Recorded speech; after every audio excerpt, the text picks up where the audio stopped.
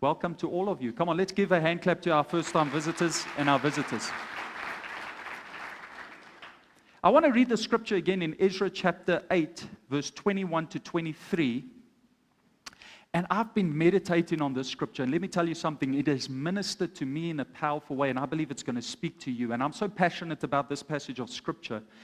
And for me, this is such a revelation, especially as it pertains unto fasting and praying.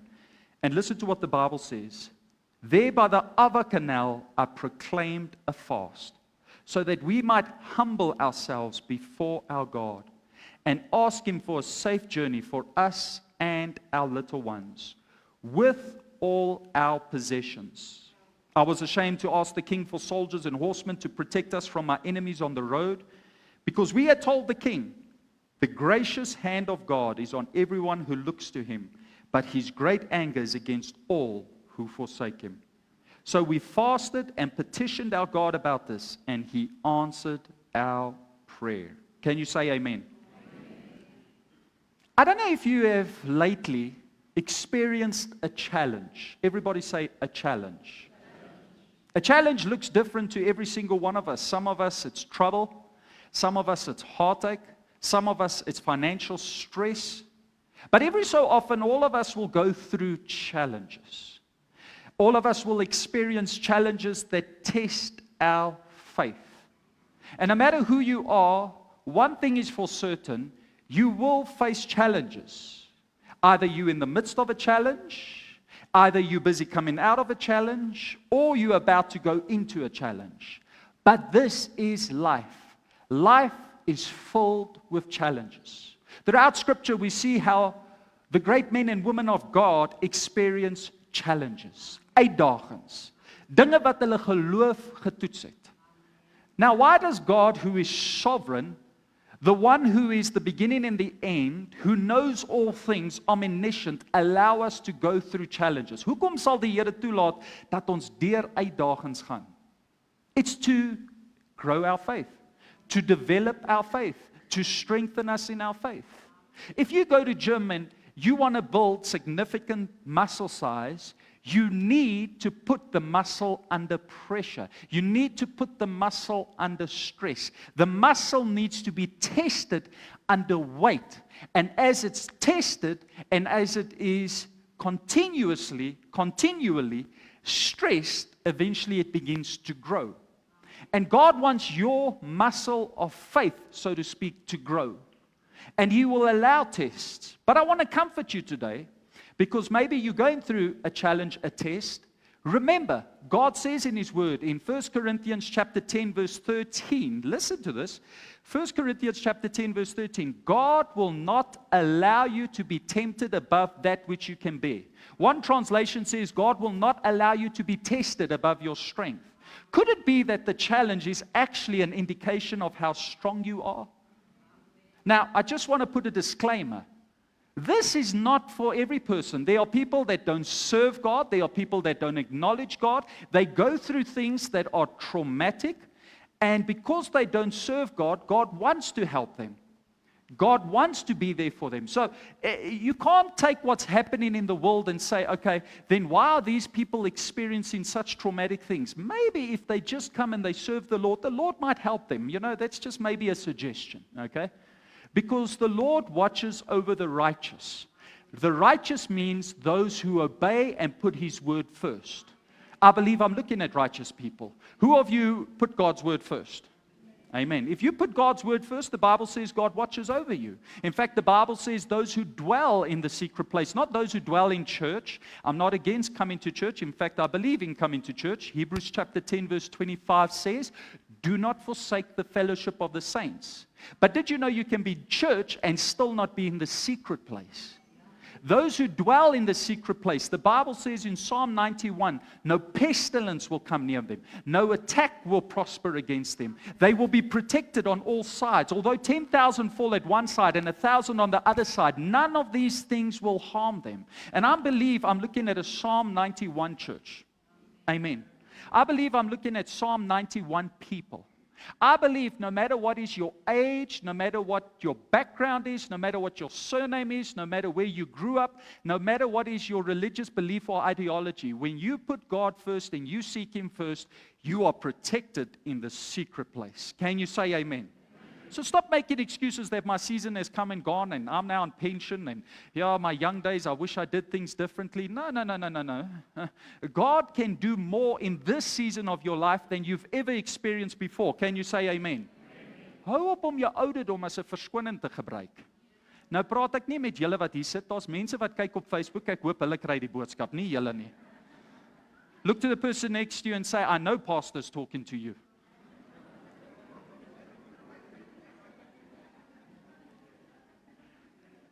I heard a story of 3 elderly sisters that stayed with each other. There was a 92-year-old sister, there was a 90-year-old sister, and there was an 88-year-old sister. And they were all staying together in one house as widows. Their husbands had all passed and gone on to glory. And one night, the 92-year-old walked up the staircase, because they stayed in a 2-story house, got to the upper floor, went into the bathroom, got undressed and ready to bath, and as she put one foot in the bath, she paused and she was confused. And she thought to herself, am I getting in or am I getting out? And she cried out to her sisters downstairs and she says, can you please help me? I don't know if I'm getting in or if I'm getting out. The 90-year-old sister said, just hang 10, I'm on my way. And she just shook her head. This sister of mine who forgets so quickly. As she got up the staircase, she got to the top and she stopped and she was confused and she shook her head and she said, am I coming up or am I going down? And the 88-year-old sister sitting down at the bottom was chuckling at her 2 older sisters and she thought, sure, it's bad to get old. She cried out to both of them and said, I'm going to help you guys in a moment. And she knocked wood, just to say that she will never get the bad luck of forgetting. And as she knocked wood, all of a sudden she stopped. She looked confused. And she said, wait, I'm coming now. I just got to see first who's at the door. Everybody say, I'll never get that old. Look to the person next to you. Say, God has blessed you with youth and you look good.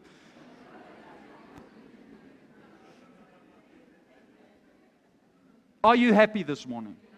Are you happy to be in church this morning? Okay, we've got nowhere to go. You don't have food at home. You should not have food at home. Amen. If you think about the great heroes of faith, and I asked you quickly to compile me a list of great heroes of faith, who comes to mind? For me, first and foremost, I think in the book of Genesis about Abraham. Abraham, for me, is a model of faith. Abraham was somebody that could listen to the voice of God before there ever was a Bible, before there ever was a priesthood, before there ever was a church, follow the voice of God into the wilderness and do what God said. In spite of the fact that his wife was barren, trust God for a baby boy, and 25 years later, in his ripe old age, bring a boy into this world. For me, that's an example of faith. He's a great hero of faith. Another hero of faith is Moses. When I think about the great heroes of faith, I think about Moses, who was a shepherd in the backside of the desert, who answered the call to go into Egypt to face down Pharaoh, the most powerful man in all the world in his generation, and to lead the nation of Israel out of Egypt. When he got to the first obstacle, the Red Sea, he lifted up his staff, split the Red Sea open, crossed over on dry ground, took the Israelites into the wilderness, and delivered them from their slavery. For me, that's a great act of faith. I also think of Joshua, who came to the edge of the border of the promised land, stood there, looked into the land of Canaan, saw the promise of God, and then by faith told the priesthood what to do, crossed over the Jordan River after it was split open, and went into the promised land, possessed the city of Jericho, which was impossible to take, and then eventually invaded the whole land of Canaan by faith. That for me was a great hero of faith. I also think of Gideon, that waged war with 300 men and went against the mighty Midianites, and he waged war with 300 men, the original 300. And he went and he waged war in obedience to what God told him to do, and God gave him great victory. In fact, for me, that's a story of courageous faith. I also think of Samson. Samson, who was filled with the Spirit of God and with the jawbone of a donkey, slayed 1,000 Philistines. I think of David, who was anointed with the Holy Spirit, walked onto the battlefield, saw the Philistine champion called Goliath, and with a slingshot and a stone, slayed the giant. These are the great heroes of faith. In fact, in the New Testament, there are many heroes of faith. One of them specifically is Peter. Peter was a great hero of faith. He walked on water. On the day of Pentecost, he preached, and 3,000 people came to salvation. He was so anointed that when his shadow would fall on people and they were sick, they would be healed immediately of their sickness and disease. Now, you know you're anointed if your shadow can do ministry. That's powerful anointing right there. I think of Paul, who in his generation single-handedly spread the gospel throughout the whole known world, planted churches throughout the Roman Empire, wrote 3/4 of the New Testament, and he did this all because he had one encounter with Jesus on the road of Damascus. This is a hero of faith for me. And I wonder, what other heroes of faith do you have? I wonder if you've ever heard about the great heroes of faith. Who have you heard about? But very rare is it ever that we hear about Ezra, the man that we are reading about today, the man that we are studying today, the man that we are learning about today. But let me submit to you, en kom ek sê vir jou nou, as jy hierdie boek studeer, dis kragtig. For me, Ezra was not just a great hero of faith, he was a phenomenal leader in the scriptures. In fact, he had an occupation of a scribe. What is a scribe? Somebody who records history. And he was a priest. What is a priest? He leads the people into worship. He leads the people into relationship with God. As a result of his passion and his desire for God, he becomes a prophet. Now, a prophet in the Old Testament was revered. You respected prophets. In fact, when prophets would come to town, people would begin to get scared. The Bible says that when Samuel came to a certain town, the elders of the town were already alert and scared and asked them if they had done anything wrong. Dink net 'n profeet kom in hierdie dorp en die burgemeester begin so bewe en sê, wat maak hierdie profeet hier so? Oh, yesterday, ons is in die moeilikheid, het ons iewers sonde gedoen. Dan begin hulle sommer bely van hulle korrupsie en misdaad. That's how it happened in the scriptures. That's how powerful prophets were. And Ezra was one of those prophets, but he was in exile in Babylon. Now, Ezra, his name means help. Everybody say help. And prophetically, he would help God's people. He would help God's people come out of captivity and reach their destination in freedom. This is who Ezra was. In fact, Ezra had a passion for the Word of God. He had 3 priorities according to Ezra chapter 7 verse 10. The Bible says that he studied God's Word. The Bible says that he applied God's Word. The Bible says that he taught God's Word. Studied, applied, and taught. Hy het dit studeer, hy het dit toegepas, hy het dit geleer vir die mense. Dit was sy 3 prioriteite. He had a ministry that was central and focused on the preaching and teaching of God's Word. This is who Ezra was. This was a man, but he was not a king. He was not a military commander. He was not somebody that we would say had much significance, power, or position, or even, if you first read about him, think that he's got much influence. But yet, although he was a priest, although he was a prophet, his heart was turned towards God. Now, let me just say this before I continue. When your heart turns towards God, you attract heaven's attention. God is attracted to those whose hearts are turned towards him. That's why 1 Chronicles chapter 16 verse 9 says, the eyes of the Lord run to and fro throughout the whole earth, for God is looking for those to see who he can show himself strong on their behalf. Who of you want God to show up in your life? Who of you want God to bless you in a significant way? Ezra becomes an example of that. Now, with all of that in mind, that historical background, Ezra lived somewhat 450 years before Christ in Babylon, as I said. But in this passage of Scripture, Ezra is faced with an enormous challenge. He's faced with a test of faith. In this passage of Scripture, there is something that Ezra must do, and it seems far beyond his wisdom, far beyond his strength. He's got a problem that he can't solve. He's got a situation that he does not know the solution to. He is facing a very daunting task. He has to take a journey. Everybody say a journey.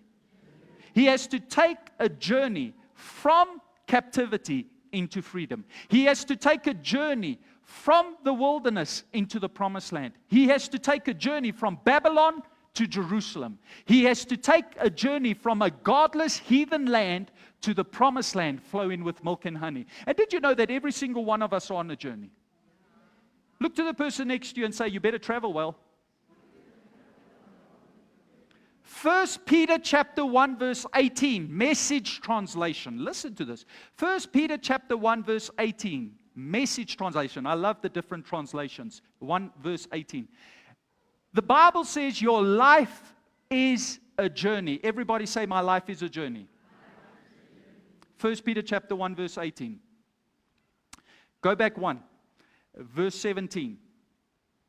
You are called out to God for help. That's when you're called out to God. There at the bottom, the B part. Your life is a journey. You must travel with a deep consciousness of God. Can you say amen? What does Peter mean by that? He says when you travel through life, when you make decisions, when you move in a direction, remember God. Think about God.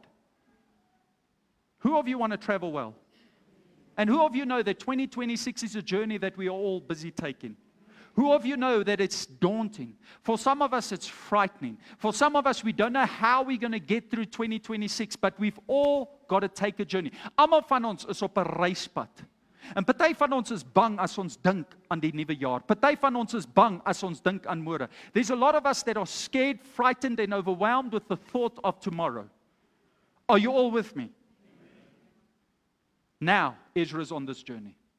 And he's got not just himself, but he's got 1,500 men, which among them are Levites and priests, and he's got their wives and their children. This was somewhat 5,000 people. Do you know how much 5,000 people are? A little bit more than 4,999 people. Maar hier het hy hierdie hele groep mense, 5,000 people that are dependent upon him. They are dependent upon him to travel 1,500 kilometers from Ava all the way to Jerusalem. They've got to take a 4-month journey. And you know, sometimes we can moan if we have to drive 30 minutes anywhere. 4 months they've got to travel. And what makes the journey frightening, the Bible says in Ezra chapter 8, verse 31, they had to travel through hostile territory. They had to travel through territory where there was a lot of bandits and criminals. There was a lot of enemies. These enemies would take advantage of traveling people. They would take advantage of traveling tribes. They would come. They would hijack them. They would come and they would kill and slaughter their men, take their wives as captives and their children as slaves. And now Ezra must lead these 5,000 people for 1,500 kilometers through these territories. I mean, imagine the task. Imagine they all dependent upon him. Imagine the pressure that he's facing. Imagine the overwhelming sense of the responsibility that's on him. And that's where Ezra is. His back is against the wall. He doesn't know what to do. So what does Ezra do? The Bible says in verse 21, he proclaimed a fast. He called a fast. He said to the 5,000 people, come on, let's come together, let's fast. Let's cry out to God. Let's get before God. Let's put God first before we go on this journey, before we go through this dangerous terrain. Because what they had was they had treasures with them. They had gold and silver with them. They had valuable stuff with them. So this made them a soft target. This made them an easy target. And they could not lose these possessions. But it was also dangerous that they traveled with it. So instead of moving forward, instead of trying to figure out things, instead of trying to do things in his own wisdom and his own strength, he fasted. What do you do when you don't know what to do? Pray. Everybody say pray. When you don't know what to do, pray. When life begins to overwhelm you, when you don't have an answer, when you can't see how you're going to make month end, when you can't see how the healing is going to manifest, when you can't see how your child's going to come to salvation, when you can't see how the contract or the clients are going to come, what do? You pray. And that's what they did. They prayed. And that's what we are doing. We are doing a pause. Everybody say a pause. A divine pause. You know, Ezra had to get going. Ezra didn't have time to waste. He had all these people. But what does he do? He says, let's take 3 days and stop. Let's take 3 days and start praying by the river. Let's take 3 days and kneel before God. Let's take 3 days and cry out to the God of heaven. And he proclaimed a fast. He did not suggest a fast. He did not ask politely. He proclaimed boldly and he said, we're going to fast. We don't know what to do and we are in desperate need of God. We're going to fast. Do you know what you're doing when you're fasting and praying? You're busy saying to God, Lord, I'm so desperate. I'm so dependent upon you. I'm willing to pause everything and anything to pray and fast for the month of January. Ek het 'n besluit gemaak dat elke Januarie gaan my toewydendheid wees aan die Here. Ek gee die Here die eerste maand en ek vertrou hom vir die volgende 11 maande. I give God my first month and He will take care of the rest. And let me tell you something. For the last 6 years, I have seen God provide. I have seen God come through for me. I've seen God bless me. I mean, I don't deserve it. I don't always understand it, but I've seen answers to prayer. And let me tell you something. I've seen so many of you dedicated, fasting, seeking God, and there's answers coming. There's breakthrough coming. I've seen God take families in this church from strength to strength. I've seen God take families in this church from glory to glory. I mean, if you are with God, you've got to be advancing. Jy kan nie stil staan nie. Jy moet vorentoe gaan. Iewers moet daar deurbraak kom. Wie van julle stem saam met my?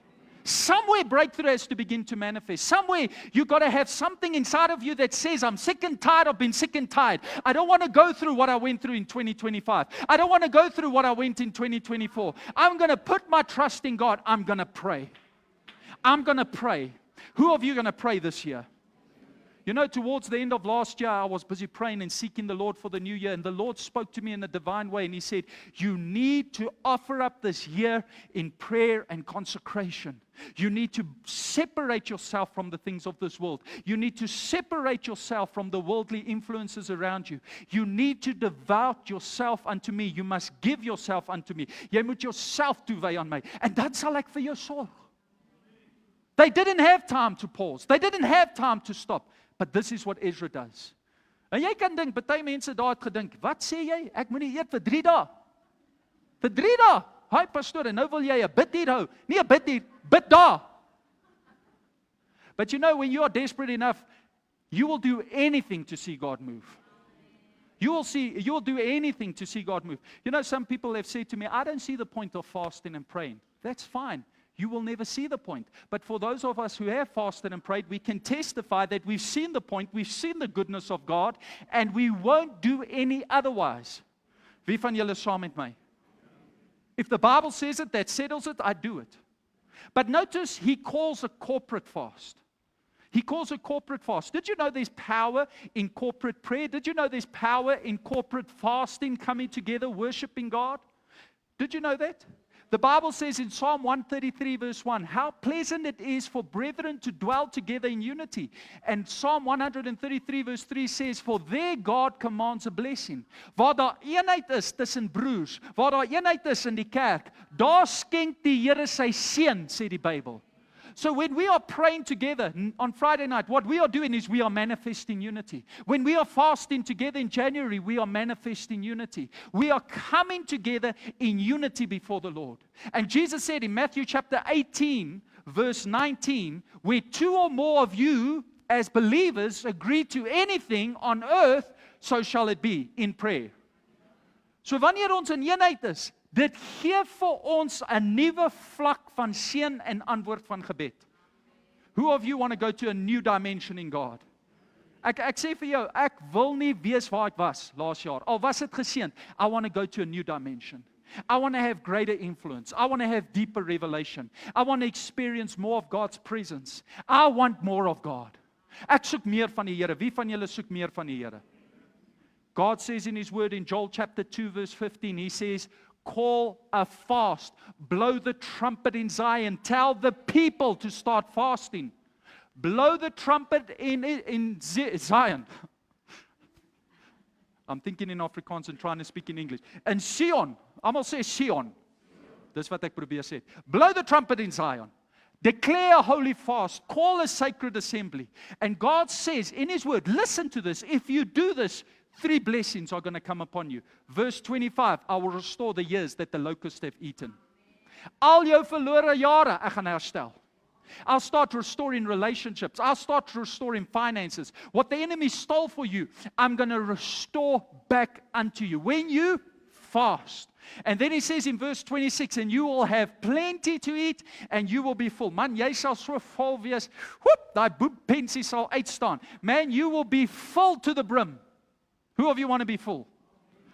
I love the fact that God says, fast so I can fill you up.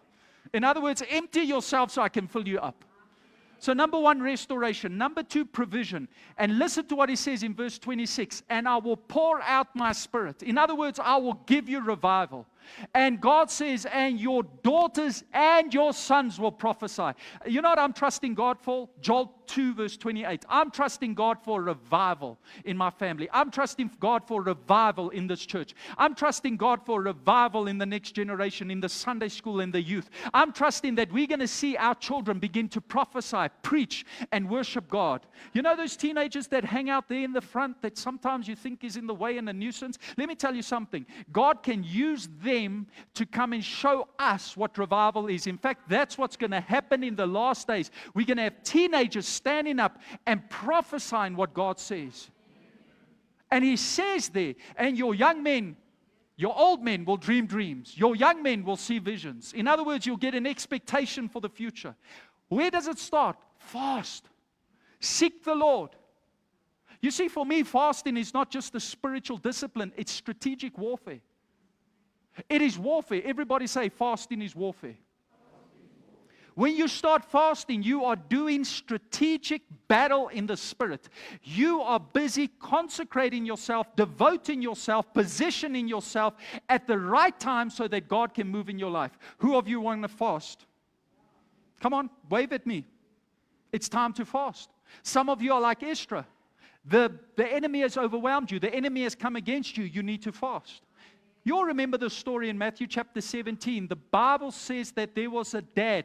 He was so upset. He was so distressed because his son was possessed by a demon. And this demon was trying to kill him. It was a demon of suicide and epilepsy. And the Bible says that he went to Jesus' disciples and he said, please cast out this demon. And they had a reputation of casting out demons according to Luke chapter 10. But they could not cast out the demon. Hulle kon nie die duiwel uitdryf nie. And they tried to, and they bound that devil, and they loosed the devil, and they tried everything they could. And they said, you know, their formula, their secret formula to casting out demons, and nothing worked. Jesus comes, and just with one word there, the demon comes out. And the disciples are puzzled. They said, we don't understand this. Why would this demon not listen to us, but the other demons obeyed us? And Jesus said in Matthew chapter 17, verse 21, He says, this demon does not come out but by prayer and fasting. Het jy geweet daar sekere duiwels wat nie gaan vir jou luister nie sonder vas en gebed? Why? You got to crucify this flesh. You got to crucify yourself. I'm ready to go to a new level of spiritual authority. I'm ready to see the devil's back. I'm ready to see the devil run. When he comes to my house, I'm going to say, wrong address, devil boy. You got to get running. You got to get going. You're not going to possess my children. You're not going to steal their salvation. You're not going to destroy my marriage. You're not going to wreck my home. I'm in a position of fasting and praying. I've got authority in the Spirit. And I believe I'm looking at believers that have got an authority in the Spirit. Who of you are ready to have a new level of authority in the Spirit? So there are 3 things that happen and 3 things that we need to fast for in this passage of Scripture. I'm going to give it to you quickly and then I'm going to get out of your way. Ezra chapter 8 verse 21. Number 1, why must we fast, Pastor? Number 1, we must seek God. We must seek God. What do I mean by that? When you are in transition, when you are in a place that is difficult, when you don't know where to go and you don't know the path ahead, when the future seems uncertain, you need to seek God. Let me tell you this. Don't ever change a job without fasting and praying. Don't ever go into a relationship without fasting and praying. Don't ever go into partnership without fasting and praying. Don't ever sign any big deal or contract without praying and seeking the Lord first. We all need to constantly pray and fast when we are about to move in a new direction, when we are about to move in a new way. Why? Because it invites God into our midst to show us which way we are to go.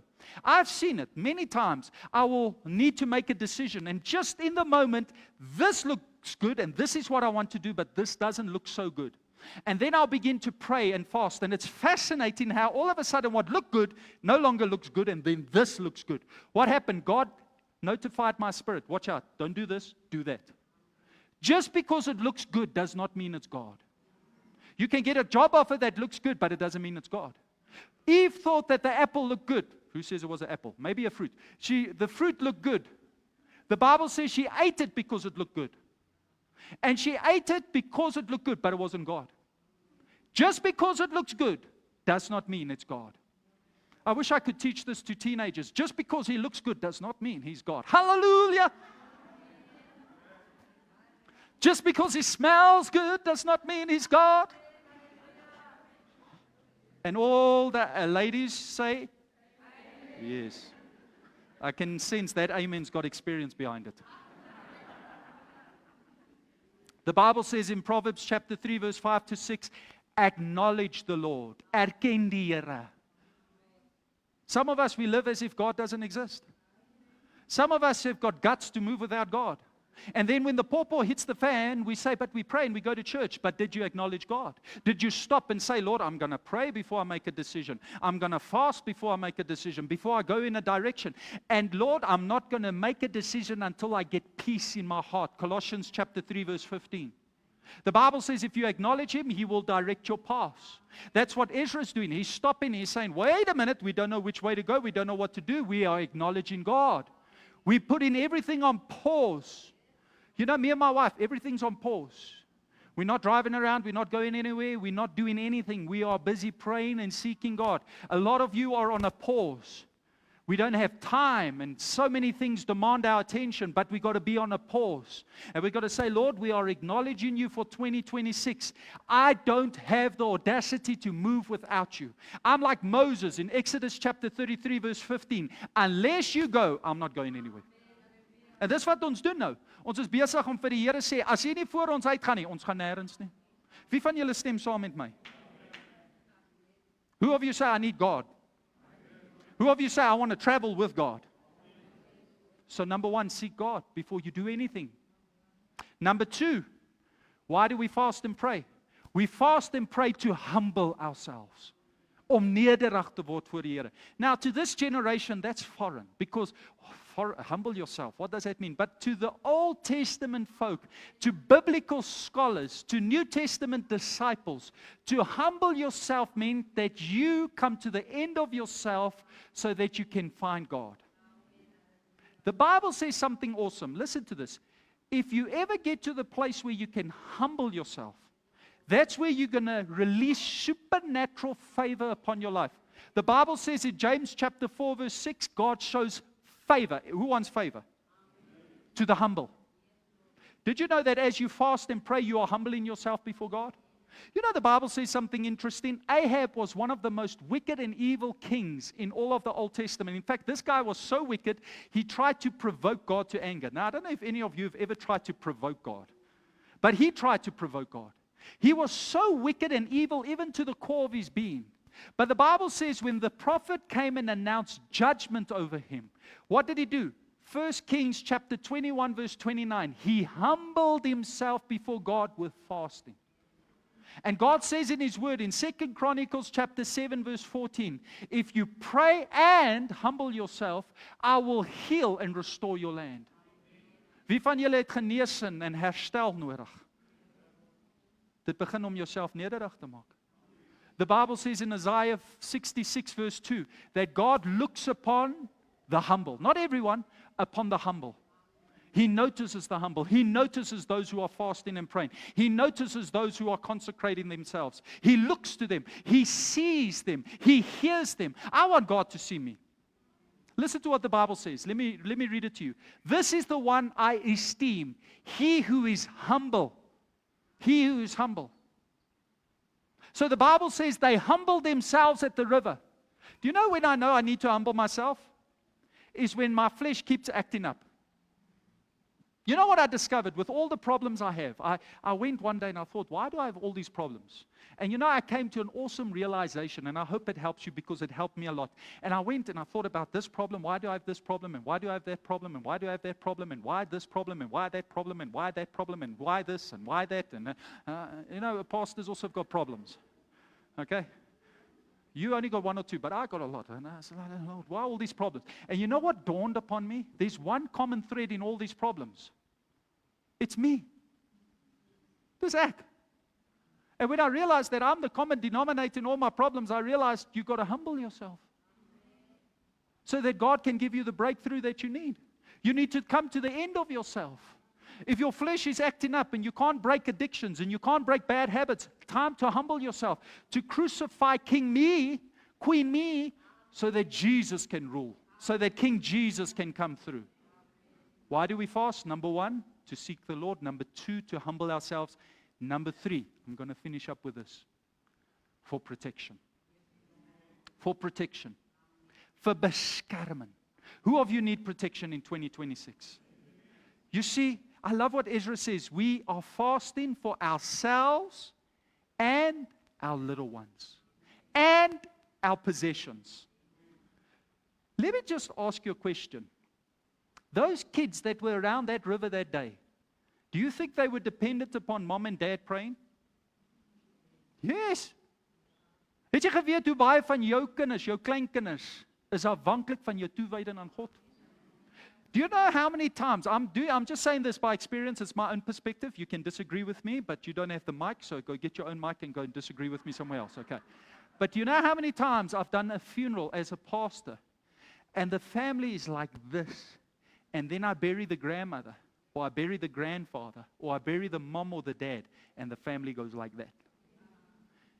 And when they speak about grandma's faith, they speak about granddad's faith, they speak about their parents' faith.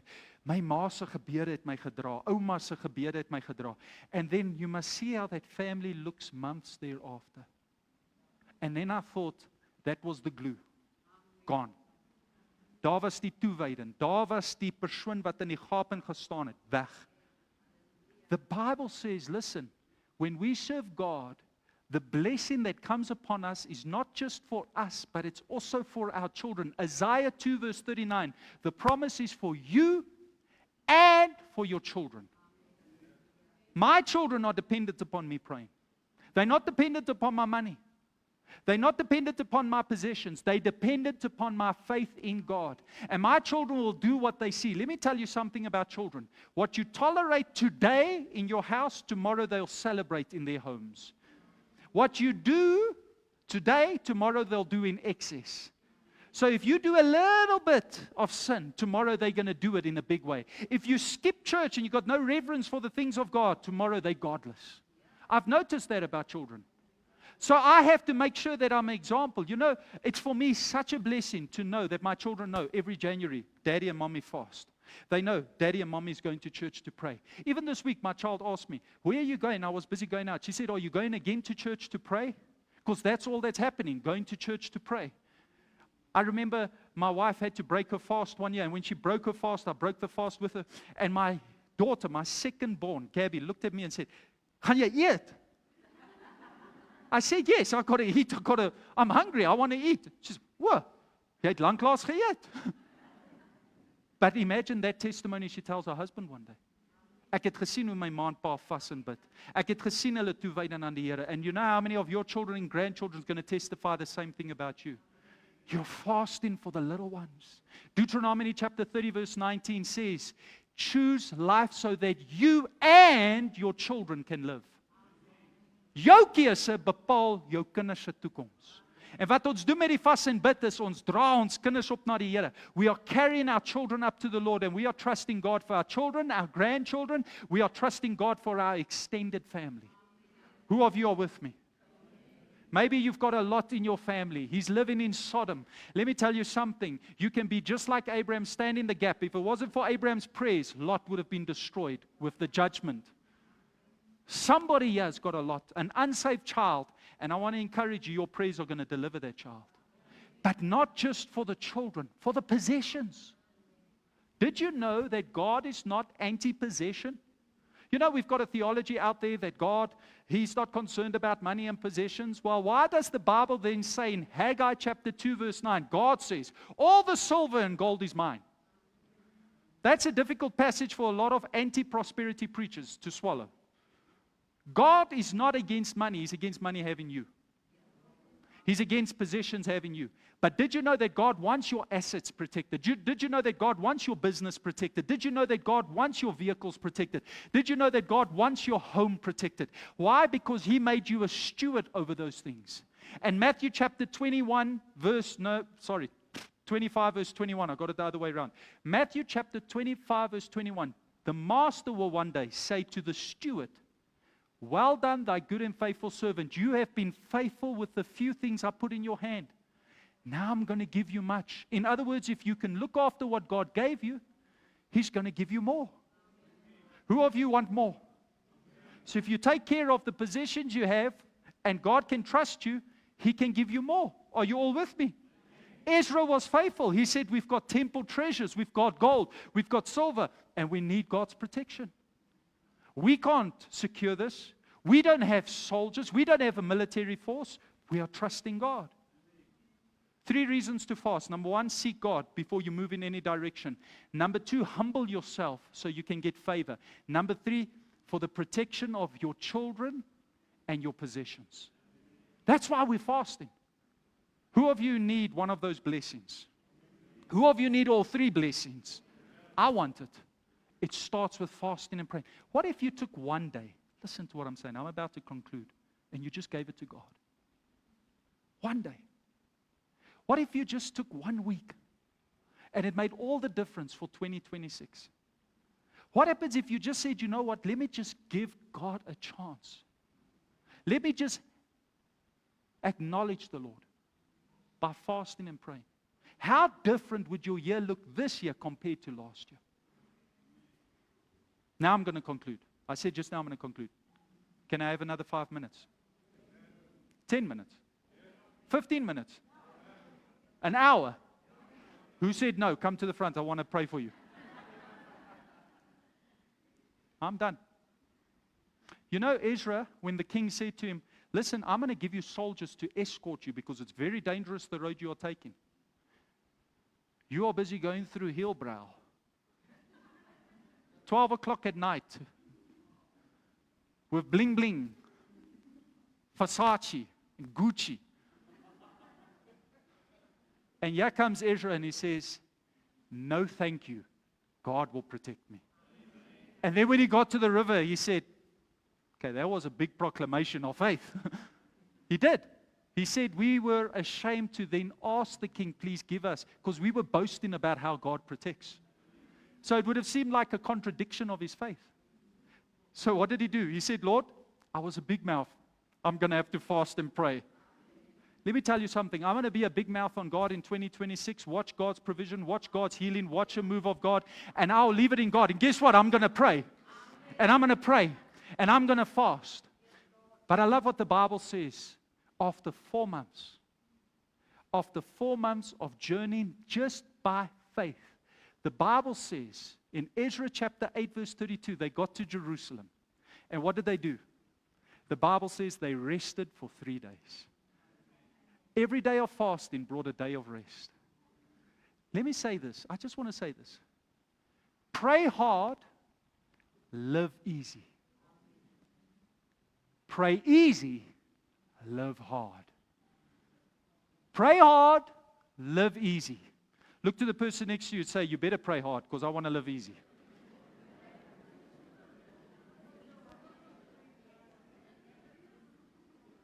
I've come to announce to somebody, you are praying, you are fasting, and God is saying to you, this year is going to be a year where things are just going to fall into place. You're not going to put in effort. You're not going to be drained.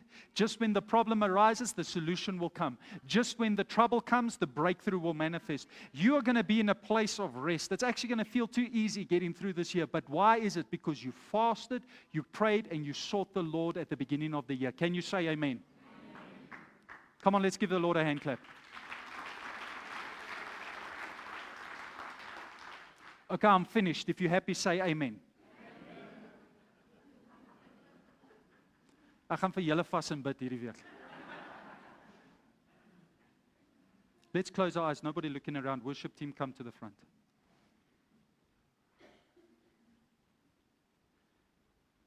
This week, as I was praying, my heart was really moved for this church, for you. I felt the burden of a shepherd. This week, I saw so many of you carrying a heavy burden.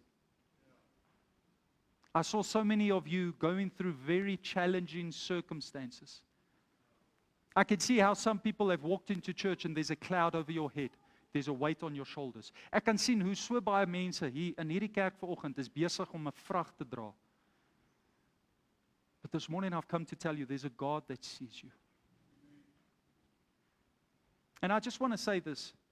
Just because you don't fast does not mean you're going to hell or you're going to miss the blessing of God. But if you fast and pray, there's a level that you can reach.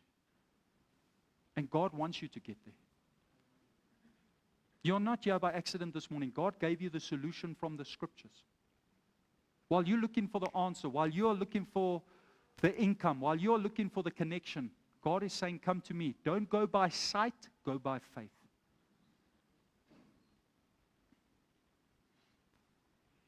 This morning, if you say, Pastor, I heard your message, please pray for me. I feel a little bit overwhelmed. I feel under pressure. I feel as if the future is unpredictable. I don't know what to expect. Pastor, please pray for me this morning. I'm not going to ask you to stand or even come out. I'm just going to ask you to stretch forth your hand on the count of 3. 1, 2, 3. I want to pray for you. It's hands going up everywhere. You may drop your hand. The Lord sees every hand. Father, I pray right now in the name of Jesus for every person under the sound of my voice that just stretch forth their hand. For those that are at a place where Ezra was in the scripture, Lord, where they were trusting you for breakthrough, I thank you, Lord, that you see every person's hand that went up, that you see every person's heart, that you know every person's background and every person's life. I pray right now, Lord, Father God, that you will give quick answers. I thank you, Lord, that we've got a threefold promise that as we fast and pray, that will happen. Restoration, provision, and revival. And I thank you, Lord, that restoration, provision, and revival is coming to all of those who stretch forth their hands as we seek you and put you first. Lord, I pray that this will be a season of breakthrough, that 2026 will be a year where you will do more than what we could ever ask, think, or imagine. And I thank you, Lord, that this year we will testify about your goodness. That this year we will brag on the goodness of God. We give you all the glory and honor. We pray this in Jesus' name. And everybody said? Who of you can testify that you came to church and you heard the word of God and you heard God speaking to you? Wave at me. Amen. At this point, before we conclude the service, I just want to do one more thing. I'm going to ask Renee to come to the front. Renee is going